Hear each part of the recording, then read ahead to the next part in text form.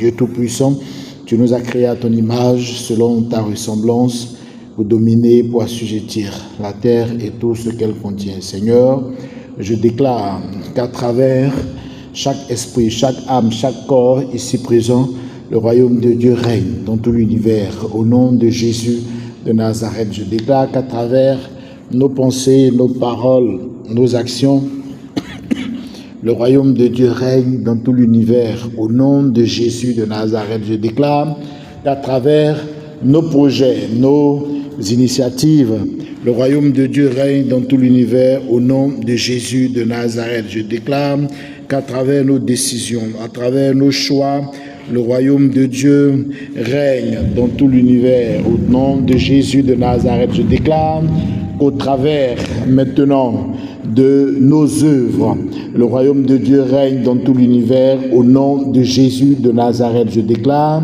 qu'à travers chacun de nous, le royaume de Dieu répand sa bénédiction dans cette salle. Au nom de Jésus de Nazareth, le royaume de Dieu répand sa bénédiction dans cette ville. Au nom de Jésus de Nazareth, le royaume de Dieu répand sa bénédiction dans ce pays. Que chacun de nous peut ressentir la présence du royaume de Dieu dans son âme. Au nom de Jésus de Nazareth, je déclare que chacun de nous peut ressentir la présence du royaume de Dieu dans son corps. Au nom puissant de Jésus de Nazareth, je déclare que le royaume de Dieu se manifeste et s'exprime à travers nos soupirs. Au nom de Jésus de Nazareth, je déclare que le royaume de Dieu utilise chacun de nous. Le royaume de Dieu fait de chacun de nous un instrument d'excellence, un instrument de gloire, un instrument de force, de puissance, un instrument pour répandre le bien, l'amour, la paix et la joie en tout temps et en tout lieu. Au nom de Jésus de Nazareth, je déclare que le royaume de Dieu fait de chacun de nous des hommes et des femmes d'impact. Au nom de Jésus de Nazareth, je déclare que le royaume de Dieu fait de nous des hommes et des femmes puissants. Au nom de Jésus de Nazareth, je déclare que le royaume de Dieu nous remplit de sagesse. Le royaume de Dieu nous remplit de connaissance. Je déclare que le royaume de Dieu fait de chacun de nous des hommes et des femmes prospères. Au nom de Jésus de Nazareth, je déclare que le royaume de Dieu fait de chacun de nous des hommes et des femmes épanouis. Au nom de Jésus de Nazareth, je déclare que le royaume de Dieu fait de nous des solutionneurs. Au nom puissant de Jésus de Nazareth, je déclare que le royaume de Dieu fait de nous des hommes et des femmes résolus. Au nom de Jésus de Nazareth, le royaume de Dieu fait de nous des hommes et des femmes résolus. Au nom de Jésus de Nazareth, je déclare que le royaume de Dieu nous fait tous rentrer dans la conscience de l'éternité. Au nom de Jésus de Nazareth, je déclare que le royaume de Dieu nous fait tous rentrer dans la compréhension de la vie éternelle, dans la connaissance de la vie éternelle, dans la révélation de la vie éternelle. Au nom de Jésus de Nazareth, je déclare que le royaume de Dieu élève notre esprit dans la dimension de la vie éternelle. Je déclare que le royaume de Dieu élève notre âme dans la dimension de la vie éternelle. Je déclare que le royaume de Dieu élève nos sentiments, nos émotions dans la dimension de la vie éternelle. Au nom de Jésus de Nazareth, je déclare que le royaume de Dieu nous donne maintenant de marcher dans la grandeur. Le royaume de Dieu nous donne maintenant de marcher dans la pensée de Dieu, dans les voies de Dieu. Au nom de Jésus de Nazareth, je déclare que le royaume de Dieu nous donne maintenant de reconnaître le Seigneur dans toutes nos voies, dans toutes nos initiatives. Au nom de Jésus de Nazareth, je déclare que le royaume de Dieu apporte maintenant la solution à chacun de nos problèmes. Au nom de Jésus de Nazareth, je déclare que le royaume de Dieu guérit maintenant les cœurs brisés. Au nom de Jésus de Nazareth, je déclare que le royaume de Dieu délivre maintenant tous ceux qui sont dans cette salle et qui étaient sous l'emprise du malin. Au nom de Jésus de Nazareth, je déclare que le royaume de Dieu brise maintenant tout envoûtement dans la vie de ceux qui étaient sous un joug étranger. Au nom de Jésus de Nazareth, je déclare que le royaume de Dieu détruit maintenant toute œuvre de la sorcellerie au milieu de nous. Au nom de Jésus de Nazareth, je déclare que le royaume de Dieu brise maintenant le joug de la malédiction et fait régner la bénédiction maintenant au milieu de nous. Au nom de Jésus de Nazareth, je déclare que le royaume de Dieu s'exprime parfaitement et remplit chacun de nous de la gloire de Dieu, remplit chacun de nous de la bénédiction divine, remplit chacun de nous de la bonté divine, remplit chacun de nous des richesses maintenant du royaume, au nom puissant de Jésus de Nazareth. Merci Seigneur parce qu'il en est ainsi. Merci Seigneur parce qu'il en est ainsi. Merci Seigneur parce qu'il en est ainsi. Au nom puissant de Jésus de Nazareth. Amen. Alors je vous salue tous dans le nom de Jésus. Merci encore pour votre présence. Je pense que vous avez fait le bon choix. Et aujourd'hui, on va parler d'un thème qui vous permet de faire toute la différence dans la vie. Donc, que vous soyez à l'église, que vous soyez dans la vie quotidienne, que vous soyez dans la société, le thème que nous allons aborder est le thème qui vous permet de faire la différence dans la vie. Vous savez,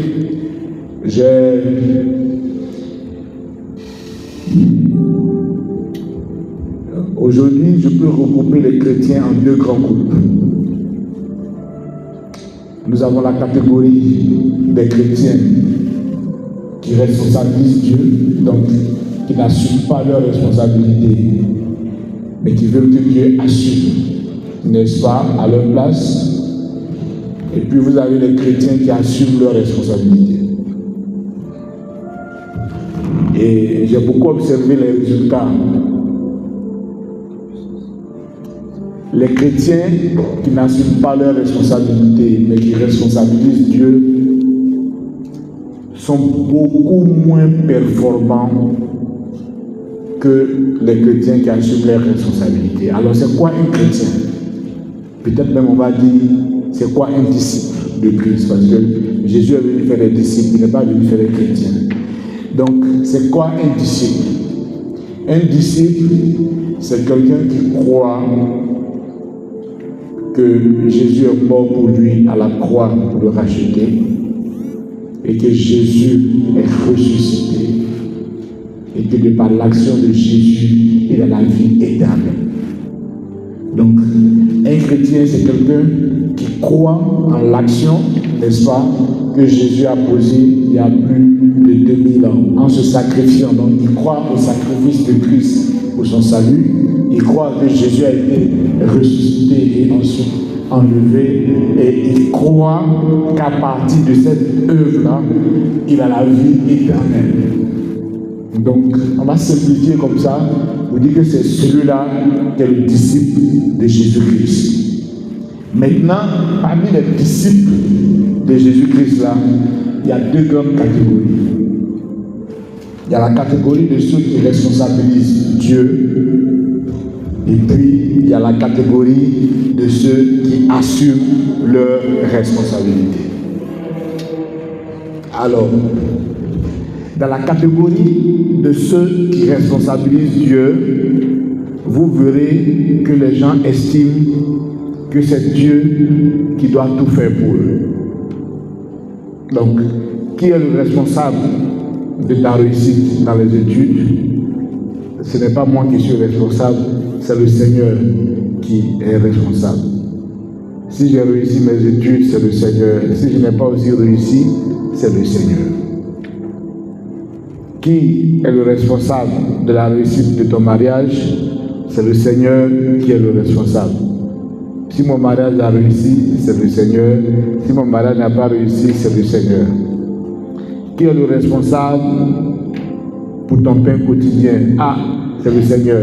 Si j'ai mangé, c'est le Seigneur. Si je n'ai pas mangé aussi, c'est pas moi. Hein? Si je n'ai pas mangé, c'est le Seigneur. C'est parce qu'il ne m'a pas donné à manger. Et donc, vous voyez les gens qui sont à longueur de journée en train de faire porter à Dieu la responsabilité de ce qu'ils font, la responsabilité de ce qu'ils sont, la responsabilité de ce qu'ils ont, la responsabilité de ce qui leur arrive. Tu sais, moi, si je n'ai pas réussi ma vie, c'est Dieu. Voilà, c'est Dieu qui est le responsable. Et c'est lui qui met chacun où il veut. Voilà, donc il a bien voulu que moi je vienne pour accompagner les autres. Donc, voilà, c'est la volonté de Dieu, donc qu'est-ce que je peux faire? Donc, je ne peux qu'accompagner les autres. Le frère qui a de l'impact, qui fait les choses, ça aussi, c'est la volonté de Dieu. Donc, c'est Dieu qui met chacun où il veut que chacun soit.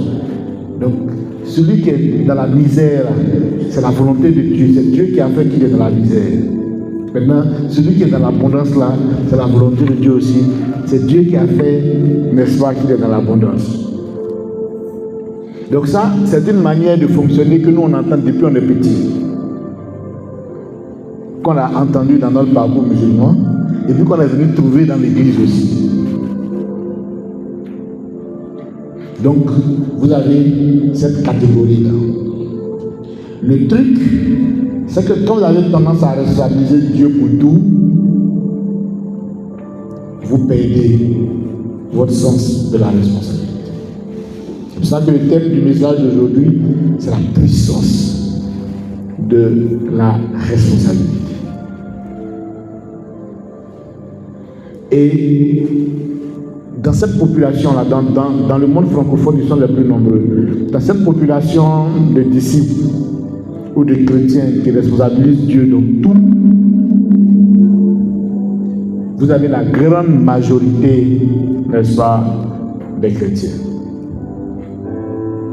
Alors, quelle est la conséquence de cette manière de fonctionner? Puisque ce n'est pas toi qui es le responsable de ce que tu manges ou bien tu ne manges pas. Donc, ce n'est pas à toi de faire les efforts. C'est à Dieu qui est le responsable là de faire les efforts. Puisque ce n'est pas toi qui es le responsable de ce que tu réussisses ta vie ou pas. Donc, ce n'est pas à toi de faire des efforts. C'est à Dieu de faire des efforts. Et donc, vous verrez que ceux qui manquent de responsabilité sont beaucoup passifs. Puis quand tu mets toute la responsabilité sur Dieu, ça veut dire que toi, tu n'es responsable de rien. Conséquence, tu es passif. Tu t'attends à ce que Dieu aille travailler pour venir te donner à manger. Tu t'attends à ce que Dieu travaille pour améliorer ta vie. Tu t'attends à ce que Dieu travaille pour te construire ta maison. Tu t'attends à ce que Dieu travaille pour te donner des vêtements et tout ça.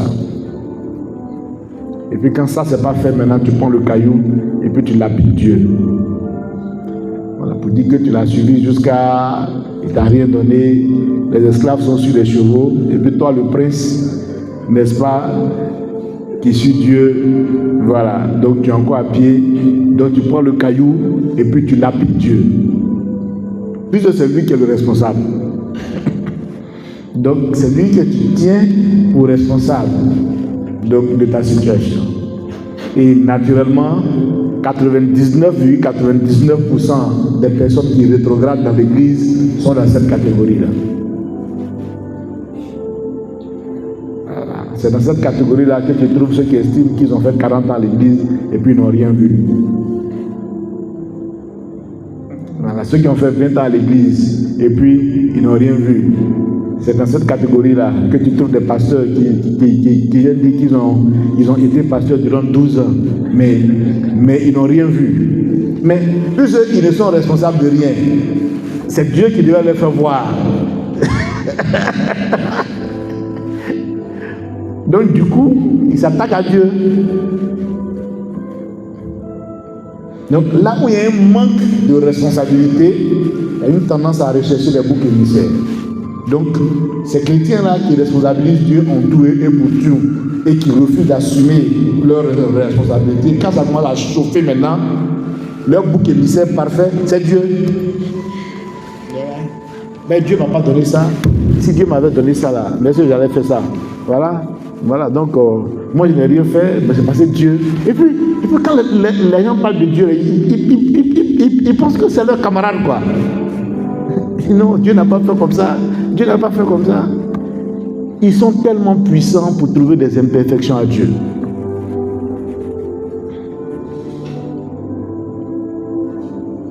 Donc, La grande majorité des chrétiens que vous voyez qui sont improductifs,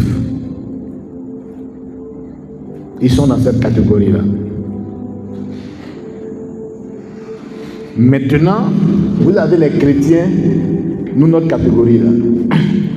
Vous avez les chrétiens qui assument leurs responsabilités. Alors, qu'est-ce que les chrétiens qui assument leurs responsabilités disent? Ils disent que Dieu avait sa part à faire. Et Dieu a fait sa part. C'est Dieu qui devait faire venir un sauveur. Dieu a fait venir le sauveur. Mais à partir de ce moment-là, quand Dieu fait venir le sauveur, l'action du sauveur fait que la grâce se répand. Donc il y a la grâce maintenant partout. La grâce du salut. Mais tant que l'homme n'est pas suffisamment responsable pour croire, il ne bénéficie de rien. Donc la responsabilité ne se trouve pas du côté de Dieu qui fait sa part et qui répand la bénédiction, de sorte que nous sommes bénis de toutes sortes de bénédictions spirituelles dans les lieux célestes. Ça, c'est la condition, c'est le travail préalable de Dieu. Mais la foi pour faire descendre ça dans ta vie, là, ça dépend de toi.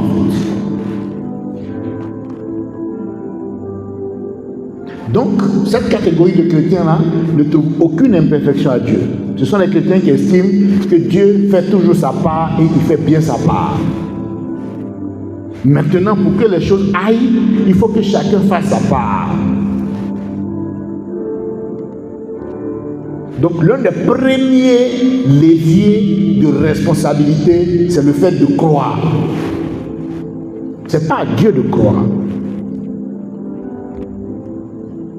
Donc, le premier levier, l'un des premiers leviers de responsabilité dans la marche avec Dieu, c'est le fait de croire.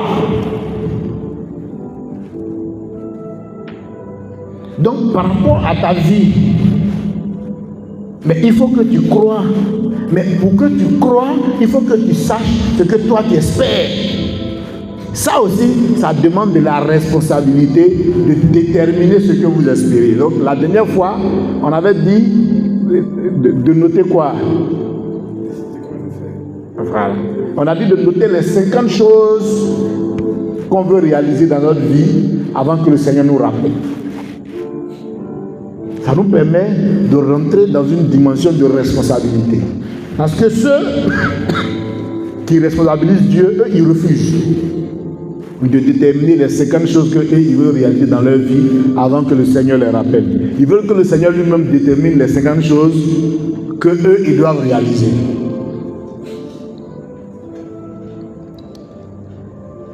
Est-ce que vous voyez un peu la nuance? Ceux qui responsabilisent Dieu là, eux pour eux, prendre résolution, c'est un péché. Bien que la Bible dise que ceux qui prennent des résolutions là, il y a quelque chose qui arrive dans leur vie qui s'appelle le succès. Donc eux pour eux, prendre résolution, c'est un péché.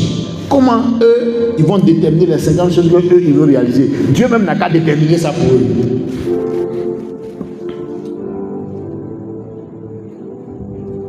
Maintenant, après, quand ils attendent que Dieu détermine, et puis après, ils ratent leur vie, ils s'attaquent à Dieu maintenant. Dieu devient le parfait bouc émissaire. Seigneur, je t'ai suivi toute ma vie, voilà comment je suis devenu, à cause de toi, Dieu devient maintenant le bouc émissaire. Et on s'attaque tranquillement à Dieu.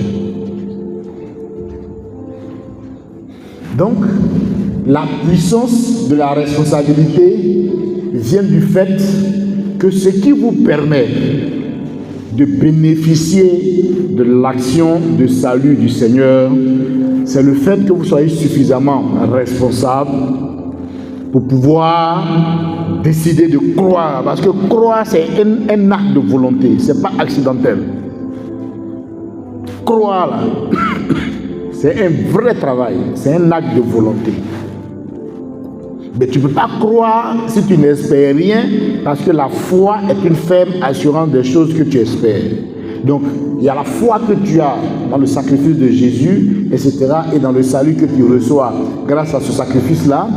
Et puis il y a la foi qui te permet de vivre tout ton parcours de vie, parce que la Bible dit que le juste vivra par sa foi et le juste vivra par la foi. Donc il y a cette foi-là qui te permet de vivre en fait. Et ça encore, ça te demande suffisamment de responsabilité pour déterminer ce que tu espères et pour développer la ferme assurance de ce que tu espères.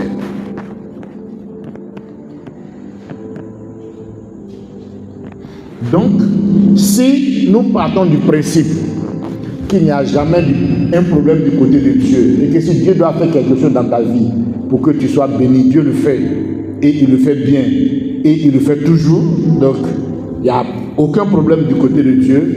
À partir de là, maintenant, on va du principe maintenant que toi, à ton niveau, ce que tu dois faire pour vivre la vie que tu mènes là, tu dois être suffisamment responsable, tu dois pouvoir assumer la responsabilité de ça pour que tu puisses bouger et puis avancer avec Dieu.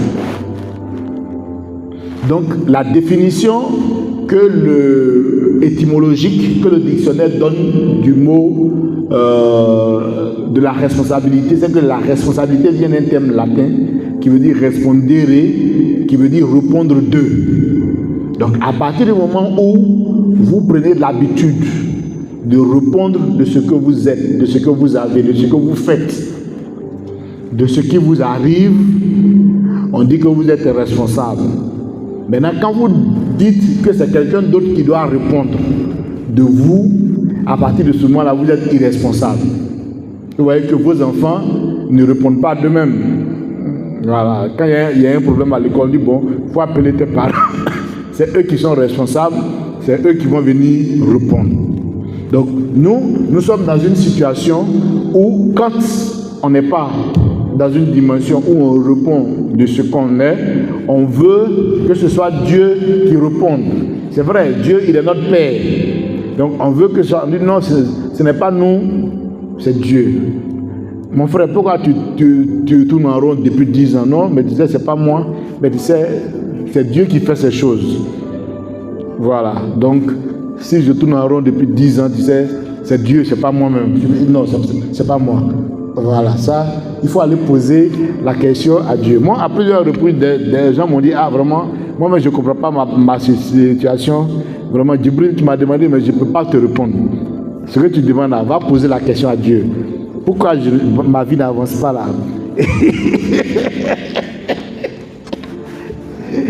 Dieu le responsable. Mets-le sur fauteuil blanc.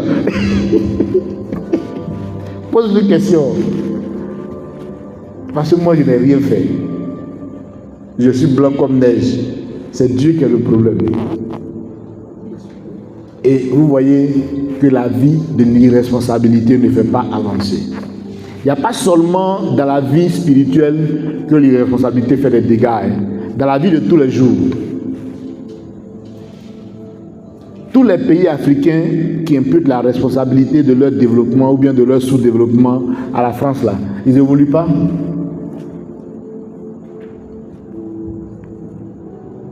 Donc, le problème de la responsabilité, c'est un élément critique même pour la vie. Donc, c'est pour ça, aujourd'hui, qu'on parle de puissance, n'est-ce pas, de la responsabilité. Donc, je vais demander à quelqu'un de nous lire notre verset de base. Bon, je pense qu'on aura deux versets. Donc, Romains 14, verset 12, et puis Deutéronome 30, verset 19. Donc, Romains 14, verset 12 dans le Nouveau Testament, et puis Deutéronome 30, 19 dans l'Ancien Testament. Donc, Nouveau Testament et puis Ancien Testament. Romains chapitre 12, verset 19.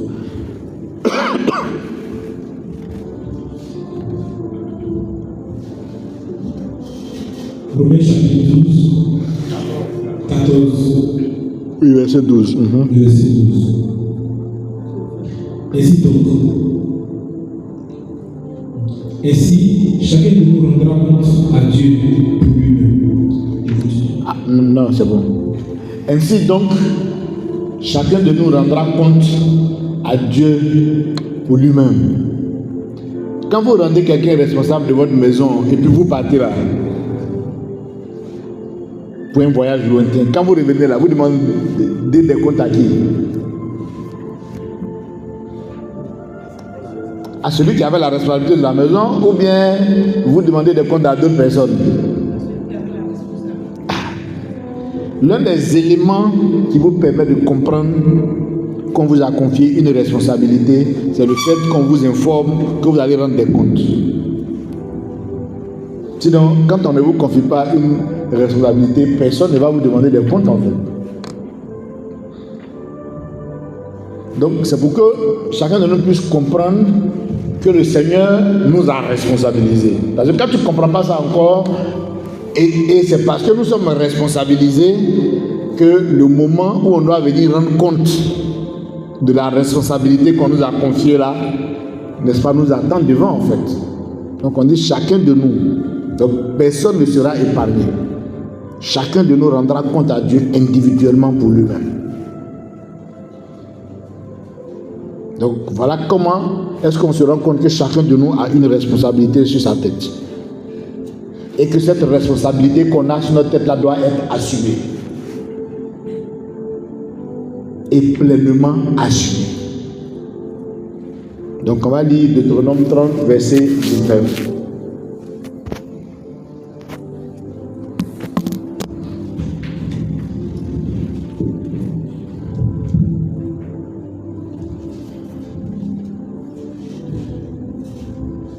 Deutéronome chapitre 30, verset 19. Je lis. J'en prends aujourd'hui à témoin contre vous, le ciel et la terre. J'ai mis devant toi la vie et la mort, la bénédiction et la malédiction. Choisis la vie, afin que tu vives, toi et ta postérité. Amen. Alors, là encore où on voit que le Seigneur dépose une responsabilité sur notre tête, c'est le fait qu'il nous donne le choix. Voilà, il nous donne, n'est-ce pas, la responsabilité de faire le choix de ce qu'on veut dans la vie. Donc cette responsabilité-là aussi, c'est déposée sur notre tête. Alors, est-ce que la responsabilité est une bonne chose ou bien la responsabilité est une mauvaise chose? Moi, je vous réponds. La responsabilité est une bonne chose. Vous verrez que quand on vous donne une responsabilité et que vous l'assumez, le fait d'assumer la responsabilité que vous avez vous donne de la maturité. Ce n'est pas l'âge qui donne la maturité. C'est le fait d'assumer des responsabilités qui donne la maturité. Dans la Bible, on a des rois qui sont devenus rois à 17 ans. Donc, chaque fois que vous vous mettez dans une position où vous assumez la responsabilité de votre vie, vous assumez la responsabilité de chaque pensée que vous pensez, vous assumez la responsabilité de chaque parole que vous prononcez, vous assumez la responsabilité de chaque acte que vous posez, vous assumez la responsabilité de chaque projet que vous portez. Cette posture-là vous permet de devenir des hommes et des femmes accomplis parce que ça vous donne une certaine maturité. En général, les irresponsables ne sont pas matures.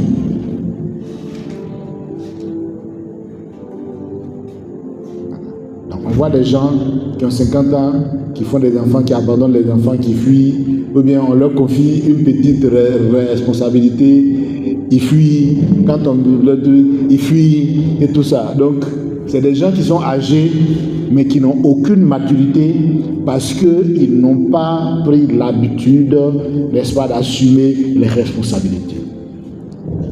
Vous ne pouvez jamais être puissant dans la vie si vous ne prenez pas l'habitude d'assumer les responsabilités. C'est le fait d'assumer les responsabilités qui vous donne de la maturité. C'est le fait d'assumer les responsabilités qui vous donne de la force, du pouvoir. C'est le fait d'assumer les responsabilités qui vous donne de la valeur. C'est le fait d'assumer les responsabilités qui vous rendent grand. Parce que l'élévation, c'est simplement augmenter son niveau de responsabilité par rapport aux autres. Tout le monde est dans l'entreprise et puis quelqu'un devient DG. Chacun vient dans l'entreprise pour travailler pour sa famille.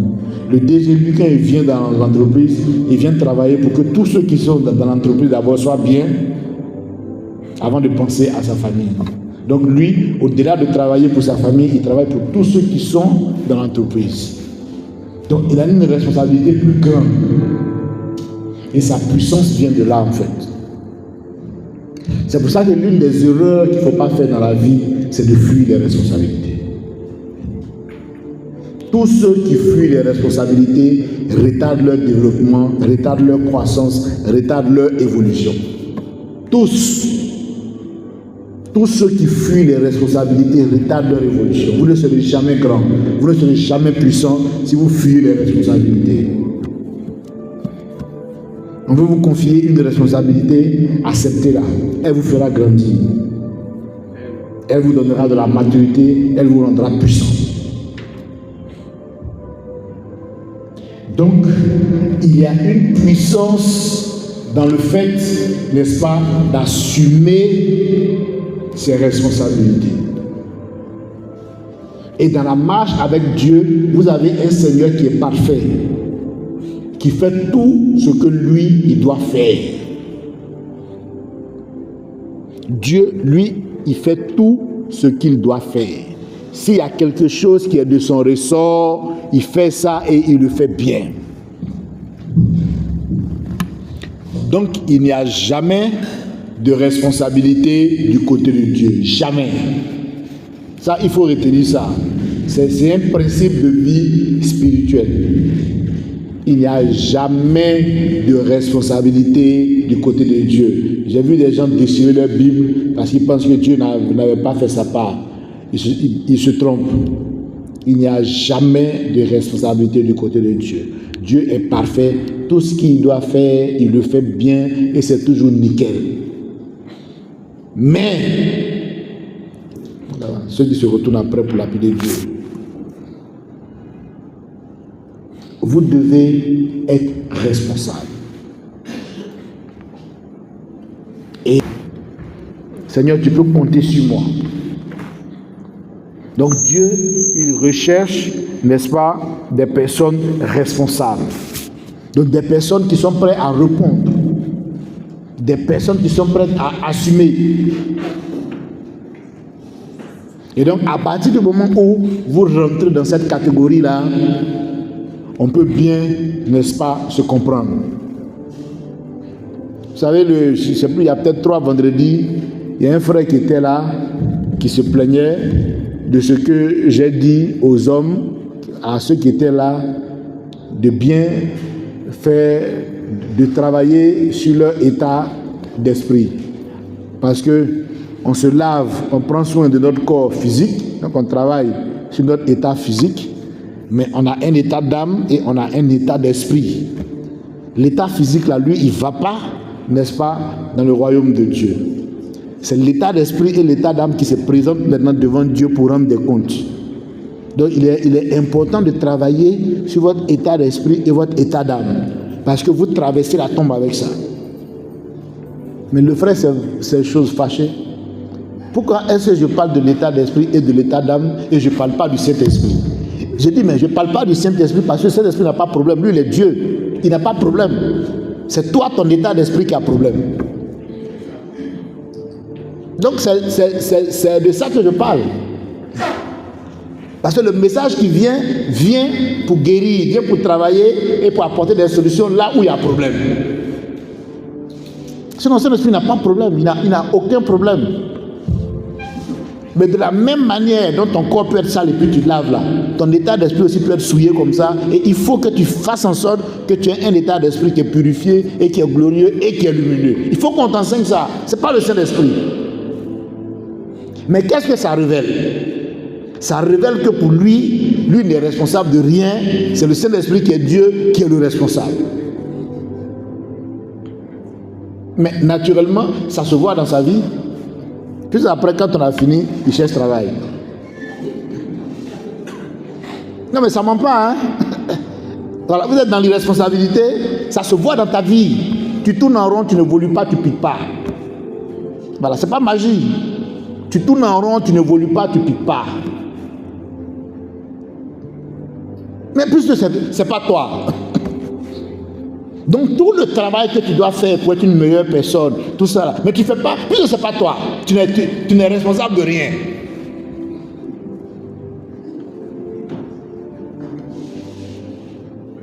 Donc, la responsabilité pour moi a une puissance qui est exceptionnelle. Et Dieu aime les personnes qui sont responsables.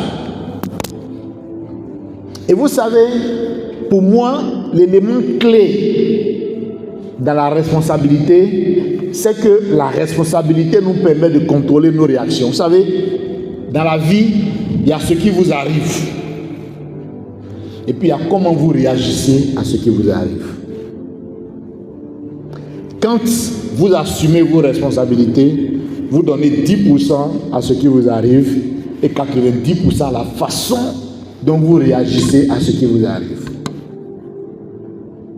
Et c'est ça qui fait la différence. Et tous les hommes de foi ont toujours donné 10% à ce qui leur arrive dans la vie et 90% à leur façon de réagir. Donc, ce sont des personnes qui ne donnent pas trop de valeur aux événements qui arrivent dans leur vie. Mais ils donnent de la valeur à comment eux, ils réagissent face à ces événements-là. Avant de venir, j'étais sur Facebook, et puis, Serge Koukounion était à la télé, voilà, donc sur NCI, et puis il racontait un témoignage me concernant. Donc, il expliquait ça. Il dit non, il dit le plus important, c'est comment on réagit face aux événements. Parce que très souvent, les événements arrivent, et puis au moment où ça arrive, c'est déjà arrivé. C'est un peu comme de l'eau qui est versée. Maintenant, comment tu réagis? Donc, il dit que quand il a perdu son père, moi je suis allé le voir, et puis je lui ai dit, Serge, la perte de ton père, c'est un événement. C'est quelque chose qui vient de t'arriver. Maintenant, tout va dépendre maintenant de comment toi tu réagis maintenant face à cet événement. Donc, vous voyez que je mets la responsabilité dans son camp maintenant. Tout dépend de comment toi tu réagis. Si tu dis qu'à partir de cet événement-là, tu deviens plus fort, plus glorieux, plus tu deviens plus puissant, tu deviens plus comme ça, etc. Mais c'est ce qui va se passer pour toi en fait. Donc, Serge a fait ça, et puis Serge il est dans une autre dimension aujourd'hui. Serge il est carrément dans une autre dimension. Serge est carrément dans une autre dimension. Il a organisé une activité vendredi, je suis parti, un dîner, c'était waouh. Il est carrément dans une autre dimension en fait, Serge. Mais pourquoi? C'est pas que Dieu ait voulu qu'à partir du décès de son père, que les choses aillent beaucoup plus fortement pour lui. En fait, si vous voulez, en fait, Dieu veut tout ça, mais ça est dans la grâce qui surabonde et qui est là.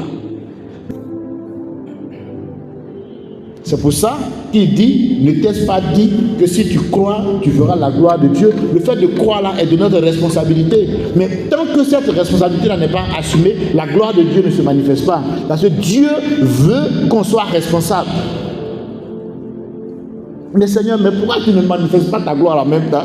Et puis tu dis que ne t'ai-je pas dit que si tu crois, pourquoi tu conditionnes ça par le fait que je crois d'abord? Il dit oui, mais parce que je conditionne ça par le fait que tu assumes tes responsabilités d'abord. À partir du moment où tu assumes tes responsabilités, tu verras en fait ma gloire. Donc, quand vous commencez à marcher dans une dimension de responsabilité, il y a des choses qui vous arrivent. Mais vous faites la différence dans la façon dont vous réagissez. Donc, c'est là qu'on voit la responsabilité. C'est dans la façon, maintenant, dont vous réagissez là, que vous faites la différence. Donc, l'événement est l'événement. La colonisation, c'est un événement.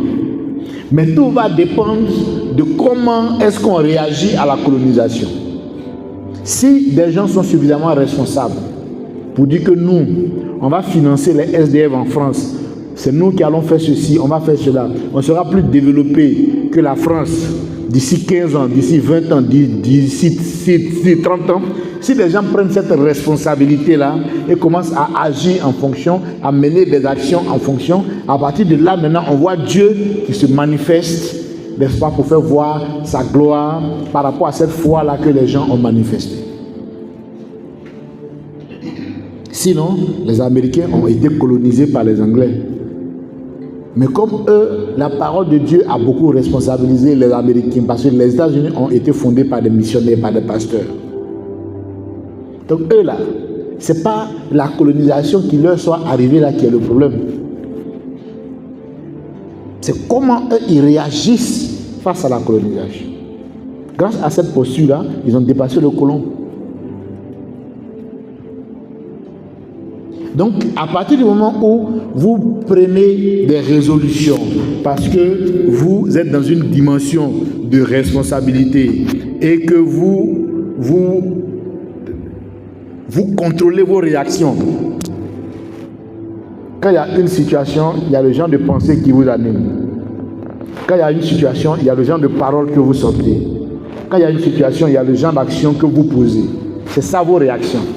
Ces trois éléments-là relèvent de votre responsabilité.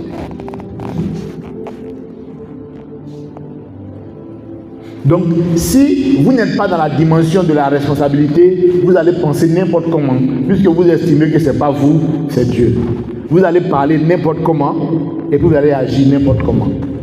Alors que le résultat que vous avez dans votre vie dépend de ce que vous dites, de ce que vous pensez et de ce que vous faites. C'est à partir de là que Dieu agit. Donc quand vous êtes responsable, vous comprenez que vous ne devez pas penser n'importe comment. Vous ne devez pas parler n'importe comment. Et puis vous ne devez pas agir n'importe comment. Parce que ça produit des résultats. Donc Dieu aime et recherche les personnes qui sont responsables. Il n'y a pas de problème au niveau de Dieu. Mais il y a toujours un travail à faire à droite au niveau.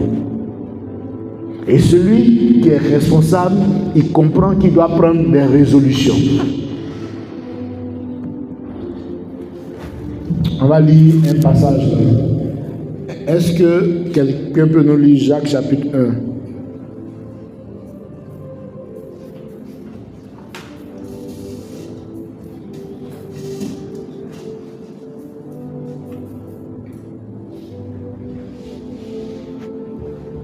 Jacques 1, 8. Jacques chapitre 1, verset 8.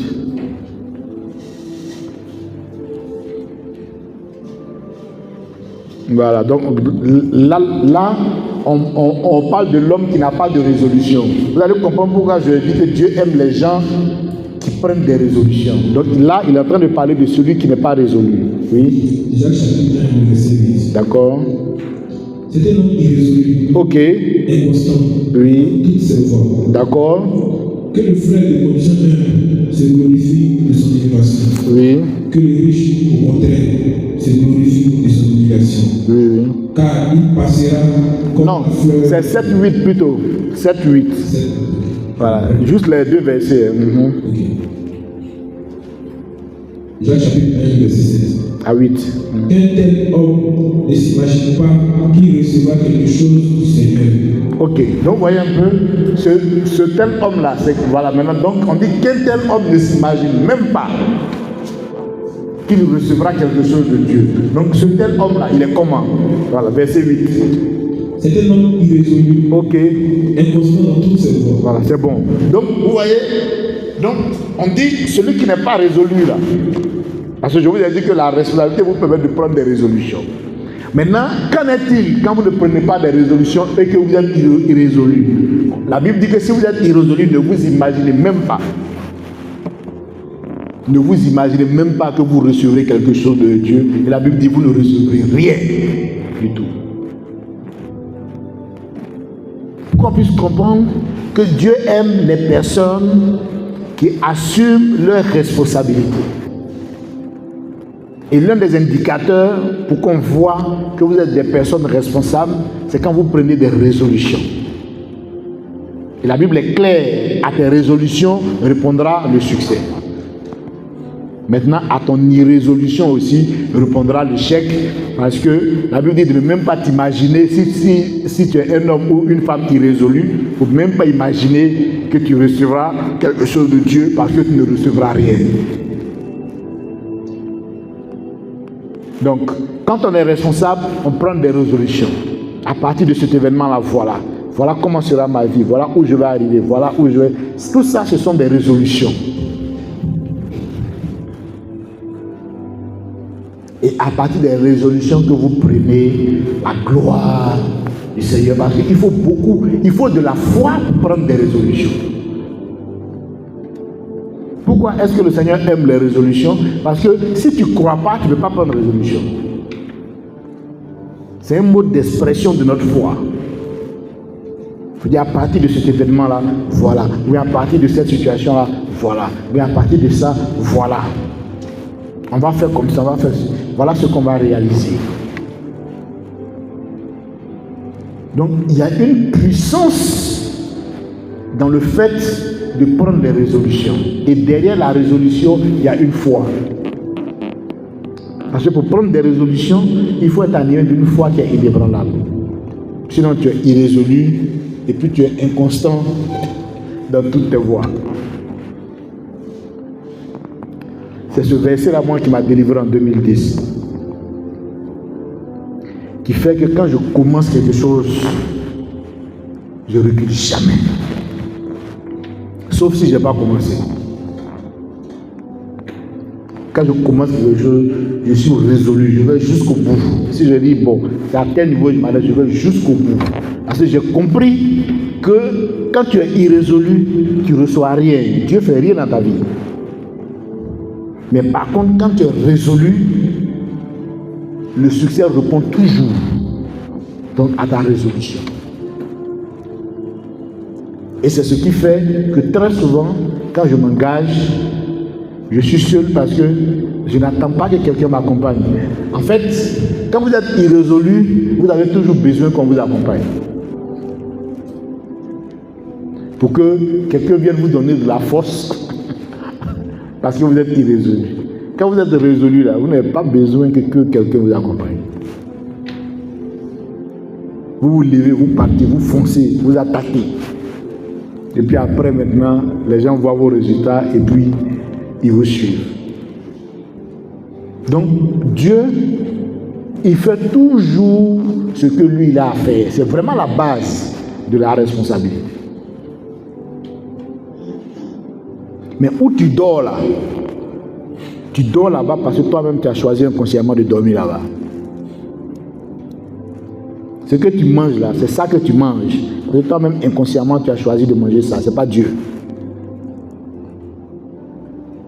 Les moyens que tu as ou bien que tu n'as pas, c'est pas Dieu, c'est toi-même. Si là où tu dors là, tu mets la main sur le mur pour dire qu'à partir de là, tu vas aller dans une maison plus grande, puis tant, et que la maison va t'appartenir. À partir de cette résolution-là, tu vas voir la gloire de Dieu se manifester dans ta vie. Chacun est là où il a voulu inconsciemment rester. Parce que comme Dieu nous attend pour qu'on vienne lui rendre des comptes par rapport à la responsabilité qu'il nous a confiée, par rapport au pouvoir de penser, de parler, d'agir qu'il nous a donné, par rapport au pouvoir de croire pour réaliser des prodiges qu'il nous a donnés. Donc ce n'est pas lui qui vient choisir où tu dois dormir, où tu dois attendre, non. Il crée le monde, il met les règles du jeu, il te laisse et puis toi-même tu choisis. En fonction de ce que tu crois, n'est-ce pas, ta vie devient. Mais ce volet-là, on n'a pas voulu l'assumer, on a voulu encore que ce soit Dieu qui assume. Si on n'assume pas ça, on n'aura pas de résultat. Il dit ce sont les hommes résolus là, c'est ceux-là qui reçoivent des choses de Dieu.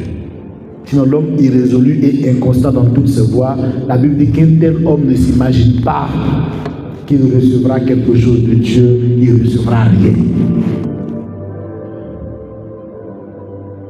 Donc quand vous attaquez, soyez résolus. Ne vacillez même pas un peu. Et ça, c'est la puissance de la responsabilité qui vous donne ça. Donc la foi provient de la responsabilité. Et l'une des méthodes de la foi qui est la proclamation, ça aussi ça provient de la responsabilité. C'est toi qui choisis la parole que tu veux proclamer. Et c'est en fonction de ce que tu espères. Voilà, tu veux voir se manifester dans ta vie. Et tu fais la proclamation de manière constante, Ça demande de la responsabilité. C'est le fait que tu réponds de ta situation qui fait que tu proclames de manière constante jusqu'à ce que tu voies et tu sentes les lignes bouger dans ta vie. Dieu n'est pas responsable de ta situation. Tu es le seul ou tu es la seule responsable de ta situation.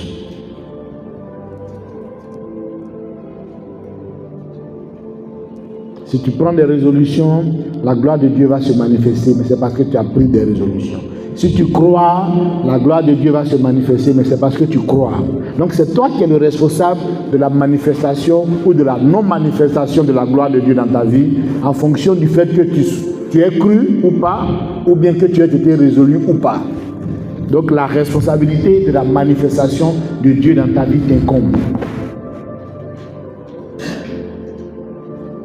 Si tu es résolu, tu feras.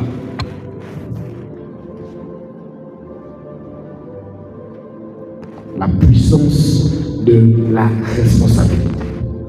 Donc Dieu aime les personnes qui sont responsables. Et les personnes qui sont responsables ne dépendent pas des événements et des situations qui arrivent dans leur vie. Elles dépendent de comment elles réagissent.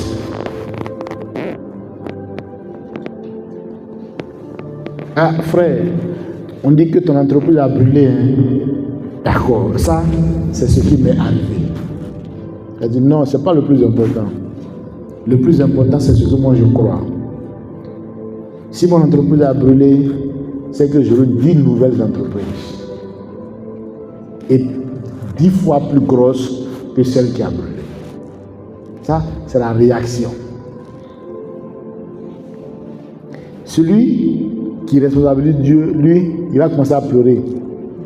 Seigneur, pourquoi m'as-tu fait ça?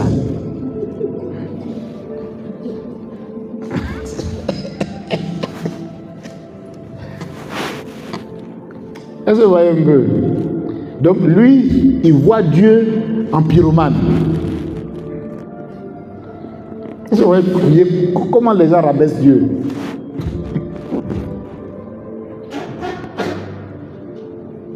Seigneur, comment tu as pu faire ça? Tu n'as rien fait. Tu es resté là en vaurien et puis mon truc a brûlé, tu n'as même pas donc éteint.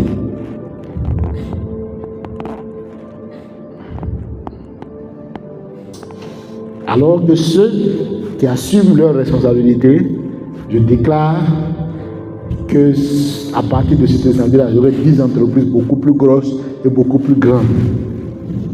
Et c'est comme ça que les choses se passent. Je pense qu'il y a je ne sais pas si c'est le prophète Jean qui dans le fond connaît, qui s'est réveillé un matin, tout son temple a brûlé. Donc quand il est venu, c'était un vendredi. Il devait faire veiller le soir, tout ça, donc tout le temple a brûlé. Il dit, bon, dimanche on fait culte ici. On dit, ah, mais le temple est brûlé, tata. Il dit, j'ai dit, dimanche on fait le culte ici. Ils ont enlevé les gravats, dimanche ils ont fait le culte, après ils ont rebâti le temple plus glorieux qu'avant. Il ne s'est pas mis à accuser Dieu, il n'a pas attaqué Dieu. On n'attaque jamais Dieu, on n'attaque jamais un être qui est parfait. On ne trouve jamais d'imperfection à un être qui est parfait. Jamais.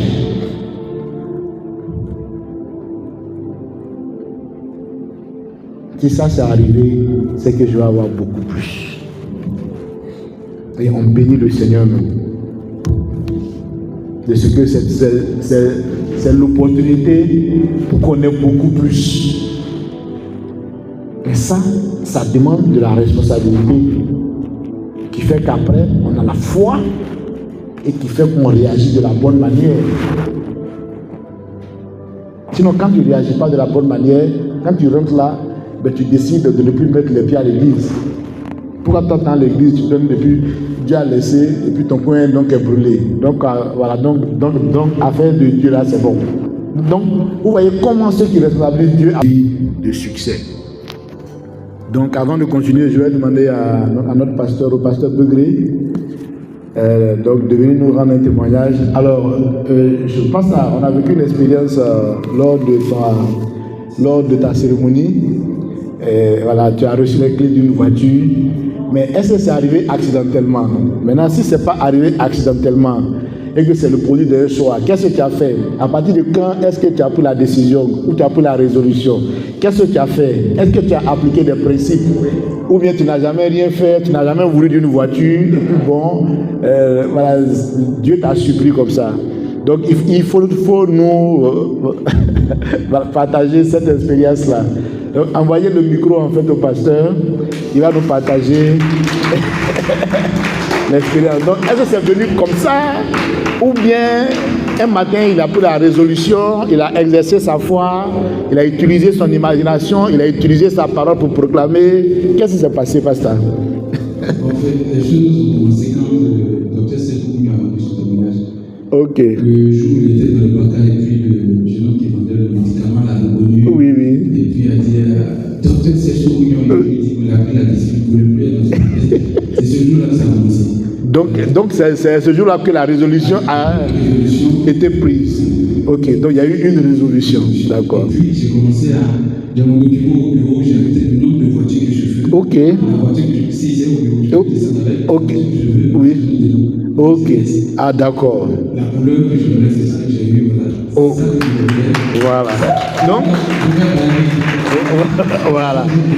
Donc, vous voyez une résolution, et puis maintenant la foi qui se manifeste par la description. Si tu ne crois pas là, tu ne peux pas décrire. Vous dites non, je veux une voiture de telle marque, de telle couleur, et tout ça. Voilà. Donc, vous voyez un peu. Donc, c'est pour que, parce que des fois, on voit des événements, on pense que ça se fait comme ça. On ne voit pas tout le travail qui est derrière. La résolution, le travail de foi, voilà, tout le travail qui est fait pour que maintenant la gloire de Dieu puisse se manifester là. C'est de ça que le pasteur parle.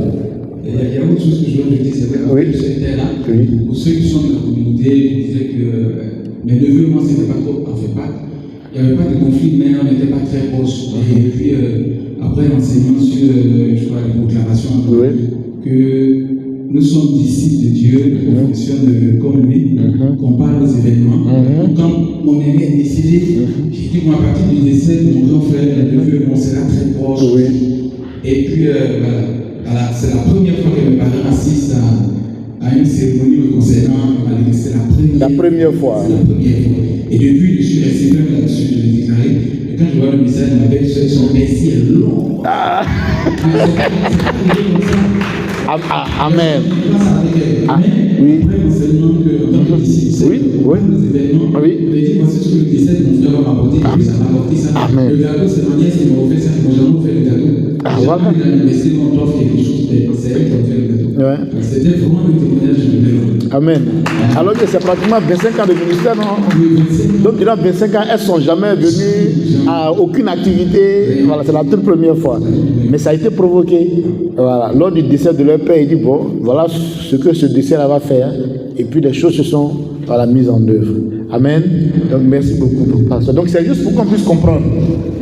On marche avec le Seigneur, on refuse d'être responsable, on met tout sur Dieu, et puis après, on est les grognons, on est en train de se plaindre. Seigneur, pourquoi tu m'as fait ça? Regarde ma vie, mais pourquoi tu m'as fait ça? Etc. Le Seigneur, il est parfait. Donc, il ne faut même pas chercher à aller trouver une petite responsabilité, même pour mettre sur la tête de Dieu. Est-ce que tu as cru et puis il n'a pas fait? Est-ce que tu as proclamé et puis tu n'as pas vu? Est-ce que tu as pris tes responsabilités pour prendre une résolution claire? Et puis cette résolution n'a pas abouti et puis n'a pas marché? C'est à ce niveau-là qu'il y a le travail. Donc, laissons Dieu tranquille. Il fait toujours ce qu'il a à faire. Il n'y a aucune imperfection au niveau de Dieu. C'est nous qui devons assumer nos responsabilités. Donc, à partir du moment où on assume nos responsabilités en croyant, parce que le fait de croire, c'est un acte de responsabilité. Le fait de proclamer, c'est un acte de responsabilité. Le fait de contempler dans ton esprit ce que tu veux vivre, c'est un acte de responsabilité. Le fait de prendre des résolutions, C'est un acte de responsabilité. C'est à partir de là que le Seigneur, n'est-ce pas, se manifeste. Il dit, ne t'ai-je pas dit que si tu crois, n'est-ce pas, tu verras la gloire de Dieu. Mais Seigneur, pourquoi est-ce que tu conditionnes la vue de ta gloire par le fait que nous on soit suffisamment responsables pour croire d'abord? Mais c'est le principe de la marche avec Dieu. Sinon la gloire est là, mais tu ne crois pas, tu ne vois pas. Toujours pour te responsabiliser. Sinon le salut est là, mais tu ne crois pas, tu n'es pas sauvé. Toujours pour te responsabiliser. Donc Dieu, il aime, n'est-ce pas, les hommes qui sont responsables. Et parce qu'il nous a responsabilisés, on va lui rendre des comptes. Parce que quand vous portez une responsabilité, la conséquence c'est que vous avez des comptes à rendre pour la responsabilité que vous avez portée. Donc que le Seigneur nous bénisse. On va prendre quelques questions sur ce thème-là.